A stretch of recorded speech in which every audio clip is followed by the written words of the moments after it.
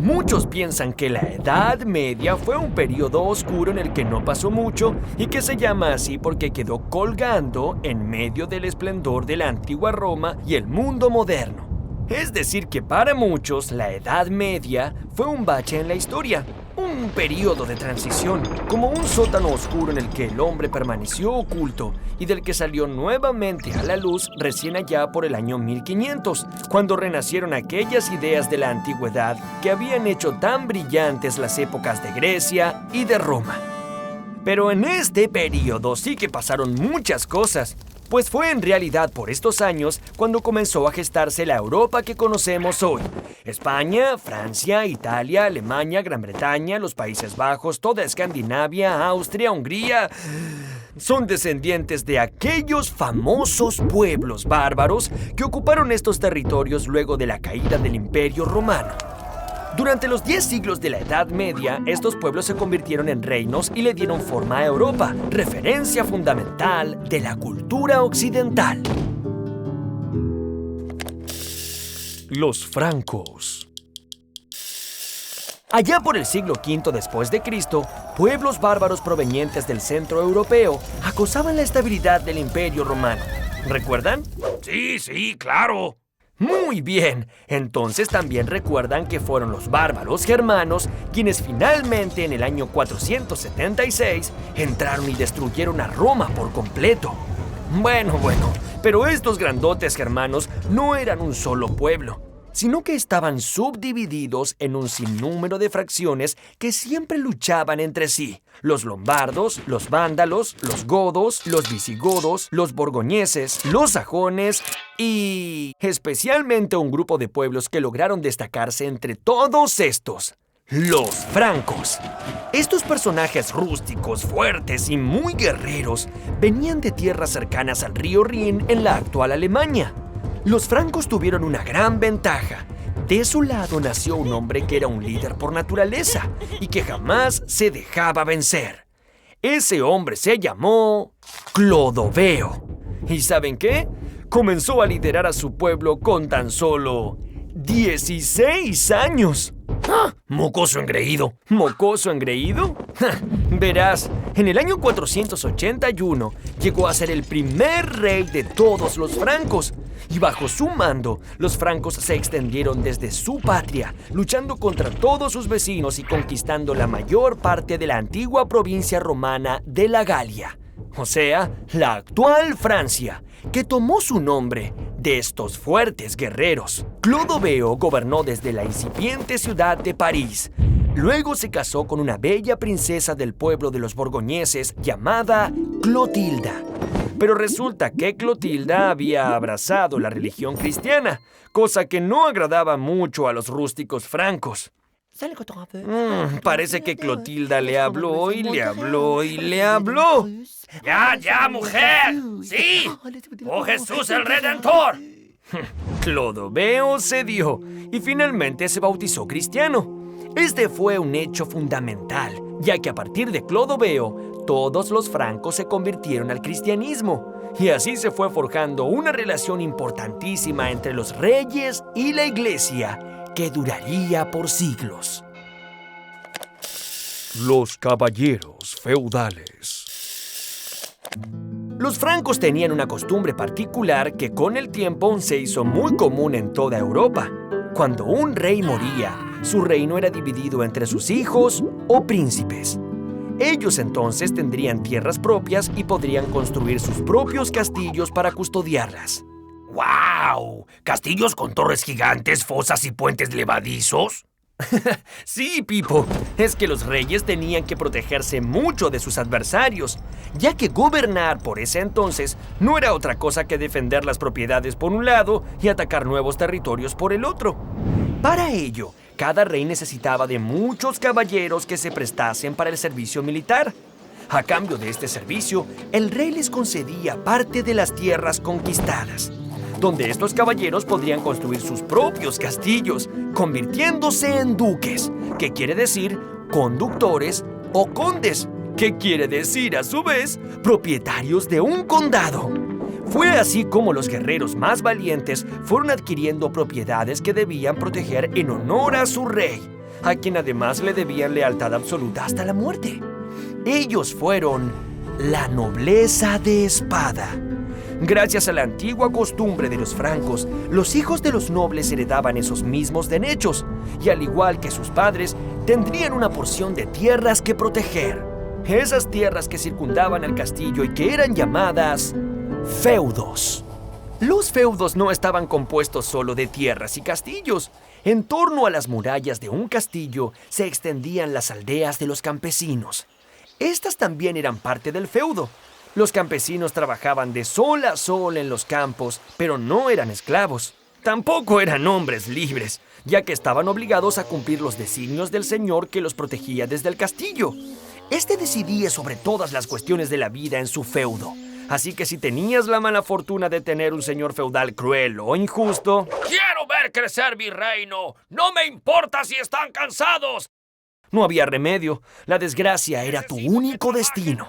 Aún así, casi nadie se atrevía a abandonar la aldea en la que había nacido, porque más allá, en los bosques y pantanos, solo había caminos desamparados, hambre y el temor de ser interceptado por demonios o espíritus malignos. Ningún campesino sabía leer ni escribir, y rara vez sabían qué pasaba más allá de las colinas que delimitaban el horizonte. Esa falta de conocimiento sobre el mundo que los rodeaba les generaba muchos temores, y esos temores estaban reflejados en fabulosas supersticiones sobre magos, brujas y dragones. El orden feudal.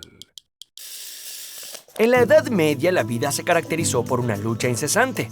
Los nobles se unían en sólidos ejércitos que se debían lealtad los unos a los otros y, a su vez, todos juntos le debían lealtad a su rey. Pero si lo único que hacían era luchar, ¿cómo se mantenían? ¿De dónde salían sus riquezas?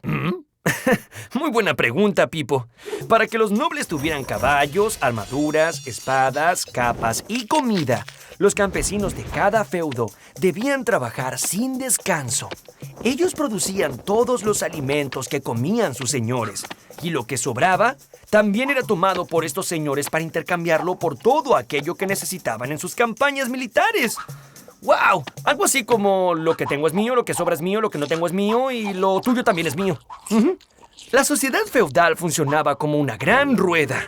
Sobre ella se apoyaban tres grandes grupos que nunca se mezclaban entre sí.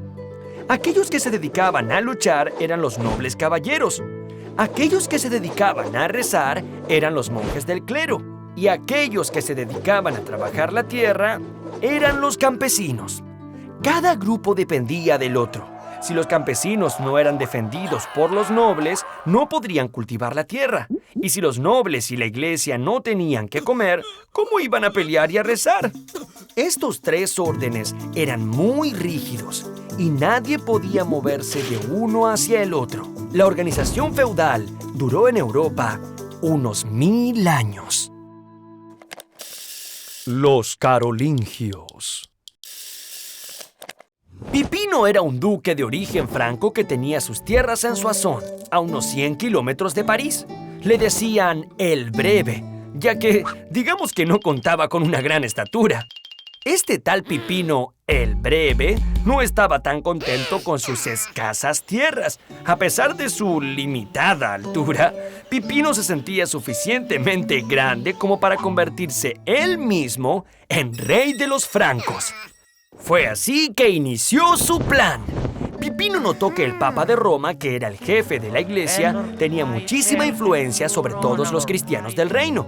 Entonces mandó ejércitos a Italia para defenderlo de invasores y agresores, permitiéndole crear los estados pontificios, que eran algo así como el reino de la iglesia. En agradecimiento, el Papa Zacarías le dio todo su apoyo y en el año 754 fue coronado el nuevo rey de todos los francos. Pipino el Breve fue el padre de Carlomagno. A diferencia de su padre, él era un hombre alto y robusto. Carlomagno supo aprovechar la astuta alianza que su padre había entramado con el sumo pontífice de la Iglesia cristiana.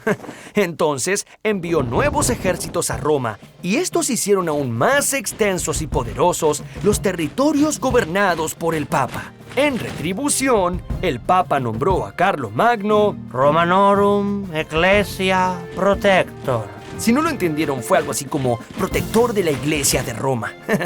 Con ese título, el gran rey de los francos se lanzó hacia el norte y hacia el sur, hacia el este y hacia el oeste, con el fin de conquistar, subyugar y cristianizar a todos los habitantes del continente europeo.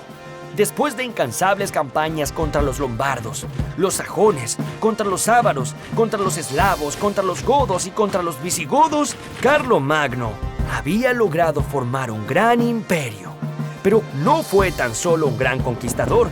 Carlomagno quiso unificar a todos los señores y aldeas de su imperio en una sola religión y bajo una misma cultura, basando su poder en el conocimiento.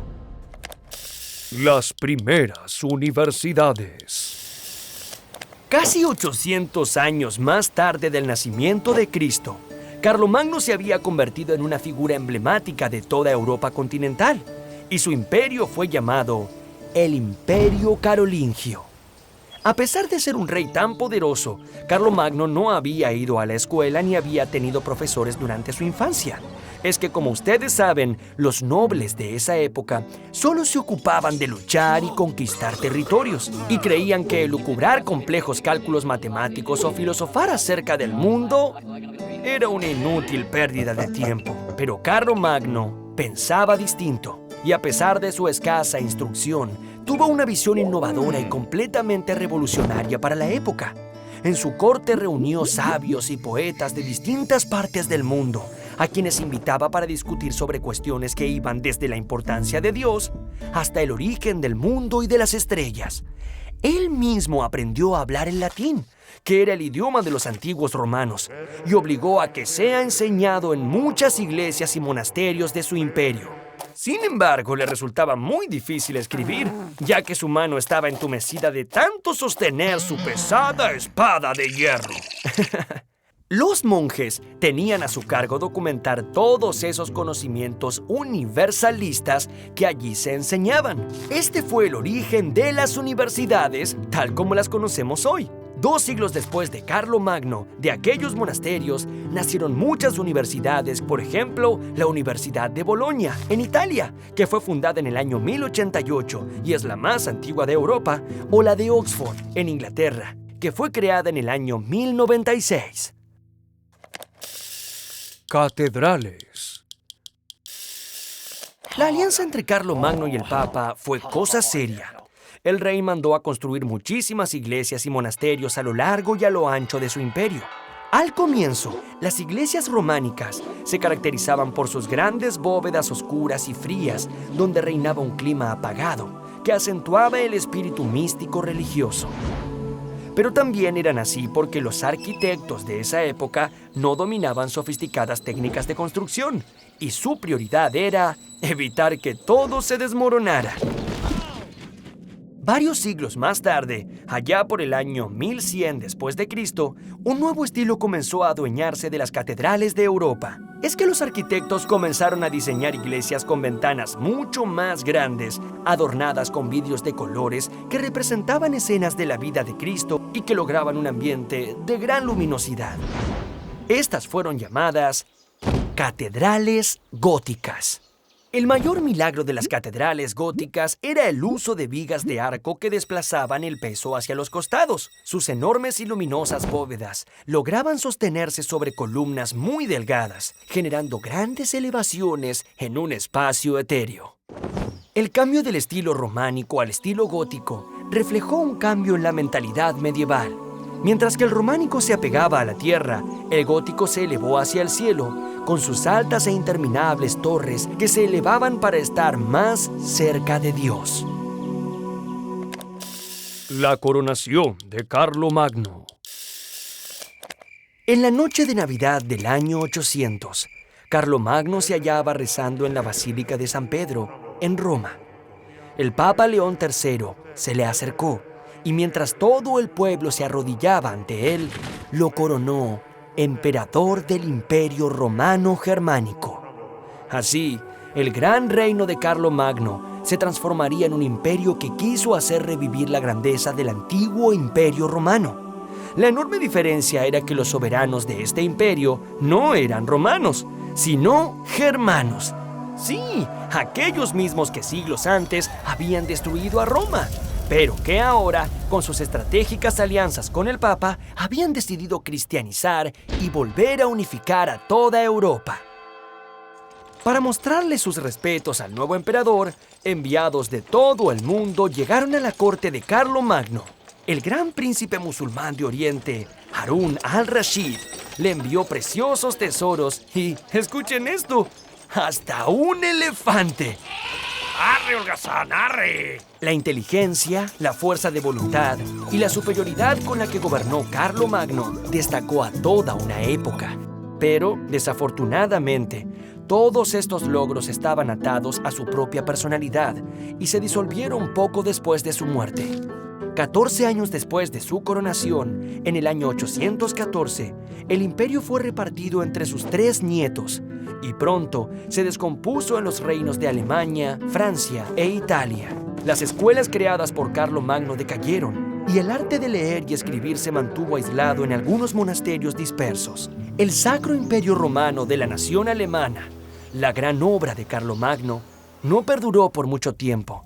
Y en los siglos posteriores, Europa volvió a caer en guerras e invasiones incesantes que imposibilitaron cualquier esfuerzo de unidad y crecimiento común. Este, que fue el principal objetivo de Carlomagno, sigue siendo hoy uno de los principales anhelos de todos los estados que componen a Europa en la actualidad.